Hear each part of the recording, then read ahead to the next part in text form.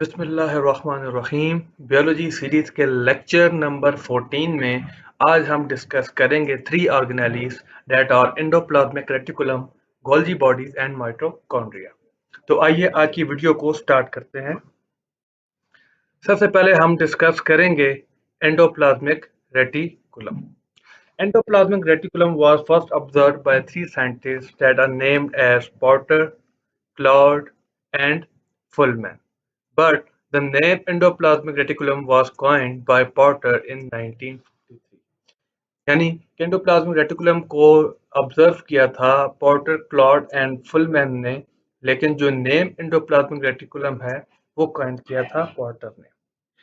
The endoplasmic reticulum is absent in mature RBC, germinal cells and embryonic cells. In cells के अंदर endoplasmic reticulum मौजूद नहीं होता, लेकिन it is well developed in metabolically active cells like liver, plasma and pancreatic cells. Liver, plasma and pancreatic cells के अंदर क्योंकि वो वेल डेवलप होते हैं और मेटाबॉलिकली एक्टिव होते हैं, तो उनके अंदर एंडोप्लाज्मिक रेटिकुलम वेल डेवलप होता है। अगर हम इसकी थिकनेस की बात करें तो it is usually 50 to 60 angstrom thick होता है। ये एंडोप्लाज्मिक रेटिकुलम एक्चुअली एक डबल मेम्ब्रेन बाउंडेड स्ट्रक्चर है जो कि प्रेजेंट होती है एक नेटवर्क की फॉर्म में throughout the cytoplasmic of all eukaryotic cells. इसकी कंपोजिशन की बात करें तो chemically it is composed of proteins, lipids and some small amount of cholesterol. इसके अलावा हमारे पास जो एंडोप्लाज्मिक रेटिकुलम है, it contains two morphological form, that is smooth endoplasmic reticulum and other one is rough endoplasmic reticulum. Smooth endoplasmic reticulum is also written as SCR, while rough endoplasmic reticulum is written as RER. SER is a type of endoplasmic reticulum to which ribosomes are not attached and appears smooth in form.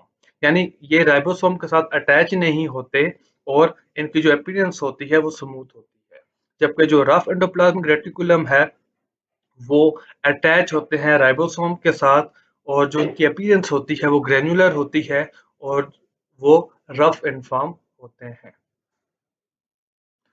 Next हमारे पास अगर इसके structure की बात करें तो जो endoplasmic reticulum है ये कॉन्टिन्यूस होता है plasma membrane as well as nuclear membrane, यानी इन दोनों मेम्ब्रेन के साथ इसकी अटैचमेंट होती है।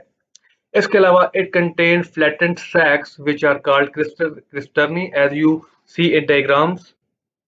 these there is a cisternae. ये हमारे पास फ्लैटेंड सैक्स लाइक स्ट्रक्चर होते हैं जिनको क्रिस्टर्नी कहा जाता है, और जो स्पेस होती इनक्लोज की होती है सिस्टर्नी ने, उसको सिस्टर्नल स्पेस कहते हैं। ये आपको डायग्राम में सिस्टर्नल स्पेस नजर आ रही होगी, इसको मैं हाईलाइट कर दूं। ये cisternal space, this is cisternae and space around cisternae is called cytosol. so this is the structure of endoplasmic reticulum. अगर हम इसके फंक्शंस की बात करें तो it helps in transport of material within the cells, यानी cells के अंदर जो मटेरियल की ट्रांसपोर्टेशन है उसमें ये रोल प्ले करती है। इसके अलावा it helps in protein synthesis, यानी जो रफ एंडोप्लाज्मिक रेटिकुलम है जो RER है, क्योंकि वो राइबोसोम के साथ अटैच होता है इसलिए वो हेल्प करता है प्रोटीन की सिंथेसिस में। It helps in detoxification. अब डिटॉक्सिफिकेशन में जो स्मूथ एंडोप्लाज्मिक रेटिकुलम है, जो SER है, जो कि लिवर सेल्स के अंदर मौजूद होता है, वो हेल्प करता है टू डिटॉक्सिफाई हार्मफुल ड्रग्स। इसके अलावा जो स्मूथ एंडोप्लाज्मिक रेटिकुलम है वो also helps in the metabolism of lipid. इसके अलावा जो स्मूथ एंडोप्लाज्मिक रेटिकुलम है ये हेल्प करता है, ये रिस्पॉन्सिबल होता है for the transmission of impulses. Another function of endoplasmic reticulum or smooth endoplasmic reticulum is in that it helps in the muscle contraction and it provides mechanical support to the cell so that its shape is maintained. Next हम बात करते हैं Golgi apparatus के बारे में। Golgi apparatus is also known as Golgi bodies or tectoisomes. Golgi bodies is a double membrane bonded structure containing stacks of flattened sacs and it is present in all eukaryotic cytoplasm. यानी ये कि हमारे पास एक double membrane structure होता है, double membrane bonded structure होता है जिसके पास स्टैक्स होती हैं फ्लैटेंड सैक्स की। उन फ्लैटेंड सैक्स को हम लोग सिस्टर्नी कहते हैं, जैसे कि आप लोग डायग्राम में देख सकते हैं। दीज आर द सिस्टर्नी, जो कि हमारे पास स्टैक्स की फॉर्म में मौजूद होती हैं, इनको सिस्टर्नी कहा जाता है।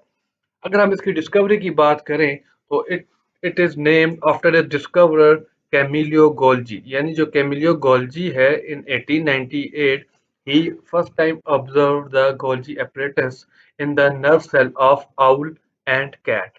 Owl and cat के nerve cell में कैमिलियो गोल्जी ने फर्स्ट टाइम इनको ऑब्जर्व किया था और इसी के नेम पे इस ऑर्गेनेली को गोल्जी एपरेटस का नाम दिया गया।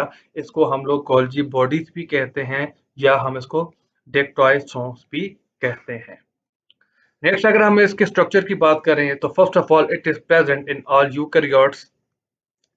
Next, it contains sacs-like structure which are called cisternae, and these cisternae have two phases, that is cis phase and trans phase. Cis phase is convex, flattened, and is connected with endoplasmic reticulum, and is also called proximal or cis phase. These vesicles drive from endoplasmic reticulum fuse to form the cisternae. The other phase, which is called concave end, it is called maturing or trans phase. This is the trans phase. As you can see, I highlight them, trans phase, and this is the cis phase. In trans phase, क्रिस्टनी break up forming vesicles of lysosomes. यानी कि ये break होते हैं trans phase से और वो जो vesicles हैं वो बनाते हैं लाइजोसोम्स। यानी हम लोग कह सकते हैं कि जो एक इम्पोर्टेंट फंक्शन है गोल्जी बॉडी का वो ये भी है कि it helps in the formation of lysosomes.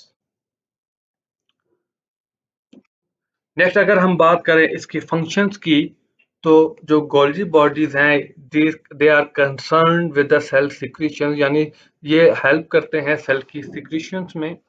इसके अलावा जो गोल्जी बॉडीज हैं ये हेल्प करती हैं in the modifications of proteins and lipids of cell membrane. कैसे उनको मॉडिफाई करते हैं कि ये कार्बोहाइड्रेट्स को ऐड करते हैं सेल मेम्ब्रेन की प्रोटीन्स एंड लिपिड के साथ। तो जब ये प्रोटीन के साथ उनको ऐड करते हैं तो वो कन्वर्ट हो जाते हैं ग्लाइकोप्रोटीन्स में एंड लिपिड को ये कन्वर्ट कर देते हैं ग्लाइकोलिपिड्स के अंदर। इसके अलावा प्लांट सेल के अंदर जो गोल्जी बॉडीज है या जो डिक्टोइसोम्स हैं they are involve in the synthesis of cell wall. इसके अलावा they are also involve in the synthesis of lysosome. हमने अभी बात की कि जो ट्रांस फेज है वहाँ के जो वेसिकल्स हैं वो जब ब्रेकअप होते हैं तो वो कन्वर्ट हो जाते हैं into the lysosomes which are also known as suicidal bags of the cell. इसके अलावा जो गोल्जी बॉडीज हैं ये सिक्रीट करते हैं digestive enzymes which helps in the digestion. These are all are the functions of Golgi bodies. Next हम discuss करेंगे about the mitochondria. Mitochondria की अगर हम बात करें तो it is the largest organelle of the cell. ये सेल की सबसे लार्जेस्ट ऑर्गेनेली है। It is the largest organelle of the cell but it is absent in prokaryotes. Prokaryotes के अंदर ये प्रेजेंट नहीं होती जबकि ये सिर्फ और सिर्फ प्रेजेंट होती है यूकैरियोट्स के अंदर। यहाँ पर ये क्या करती है, it carry out respiration in the cell. ये रेस्पिरेशन को कैरी करती है and produce energy in the form of ATP. Because of this property it is also known as power house of the cell. क्योंकि ये energy को produce करती है ATP की फॉर्म में, इस वजह से इसको power house of the cell भी कहा जाता है। अगर हम इसकी डिस्कवरी की बात करें तो mitochondria was discovered by a scientist Rudolf Collier in 1850 in muscle cells। Muscle cells के अंदर रुडोल्फ कॉलिकर ने इसको सबसे पहले डिस्कवर किया था। और जो आर्टमैन है, इन्होंने जो टर्म कॉइन की थी इस ऑर्गेनेली के लिए वो थी बायोप्लास्ट। लेकिन जो टर्म माइटोकॉन्ड्रिया है वो कॉइन की थी बेंडा ने। यानी रुडोल्फ कॉलिकर ने इसको डिस्कवर किया था, आल्टमैन ने इसको बायोप्लास्ट का नाम दिया, लेकिन जो बेंडा है in 1898 he named it as mitochondria. और जो वारबर्ग साइंटिस्ट थे, इन्होंने इसके अंदर जो रिस्पिरेटरी एंजाइम्स मौजूद हैं उनको डिस्कवर किया। यहाँ एक और बात आपको और फिर बता दें कि जो माइटोकॉन्ड्रिया है, it is the character of all eukaryotic cells. It is absent in prokaryote cell and also RBCs of mammalian cells. यानी ये मेमेजियन सेल्स के आरबीसीज के अंदर मौजूद नहीं होता। इसके अलावा ये प्रोकैरियोट्स के अंदर भी मौजूद नहीं होता। अगर हम इसके नंबर की बात करें तो जो नंबर है माइटोकॉन्ड्रिया का वो वेरी करता है और डिपेंड करता है upon the activity of the cell. यानी कि सेल की एक्टिविटी किस तरह की है। अगर उसकी जो एक्टिविटी है वो ज्यादा है तो वहां पर जो नंबर ऑफ माइटोकॉन्ड्रिया है वो ज्यादा होंगे। अगर हम नॉर्मली बात करें तो नॉर्मल सेल्स के अंदर जो माइटोकॉन्ड्रिया का नंबर है वो 800 टू 1000 का होता है। इसके अलावा जो एलजी है उसके अंदर एक माइटोकॉन्ड्रिया होता है। इसके अलावा सैलमेंडर के सेल के अंदर जो इसका नंबर है वो 2 लाख टू 3 लाख होता है। और किडनी सेल्स की बात करें तो उसमें 300 टू 400 होता है। लिवर सेल्स की बात करें तो 500 टू 1000 नंबर्स होता है माइटोकॉन्ड्रिया का।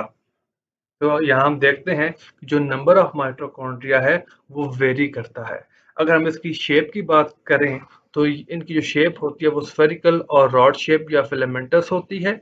और 0.2 टू 2 माइक्रोमीटर इनका डायामीटर होता है। इसके अगर हम स्ट्रक्चर को देखें तो जो माइटोकॉन्ड्रिया है इसकी 2 मेम्ब्रेन्स होती हैं, inner membrane and outer membrane. आप डायग्राम में देख सकते हैं, this is inner membrane and this one is outer membrane. It is a double membrane bounded structure, that is outer membrane and inner membrane. outer membrane जो है वो smooth होती है और एंड परमिएबल होती है टू स्मॉल मॉलिक्यूल्स। यानी कि ये स्मॉल मॉलिक्यूल्स के लिए परमिएबल होती है एंड स्मूथ होती है। एंड इसके साइज की बात करें, इसके थिकनेस की बात करें तो it is 60 angstrom thick. while inner membrane जो है इट selectively permeable होती है and it 60 to 80 angstrom thick. 60 to 80 angstrom thickness होती है इनर मेम्ब्रेन की। अगर हम बात करें स्पेस की, यानी जो इन दोनों मेम्ब्रेन्स के दरमियान जो स्पेस होती है उसको इंटर मेम्ब्रेन स्पेस कहा जाता है या उसको पेरी माइटोकॉन्ड्रियल स्पेस कहा जाता है। यानी space between inner membrane and outer membrane is known as intermembrane space और पेरी माइटोकॉन्ड्रियल स्पेस।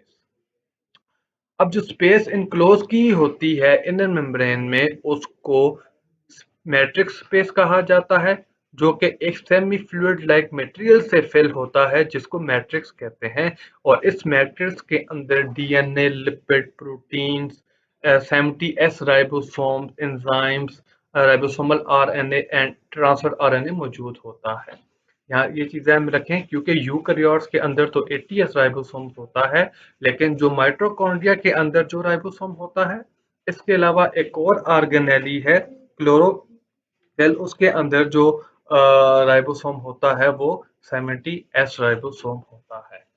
तो ये सारे मौजूद होते हैं matrix and in diagram you can see the matrix I highlighted.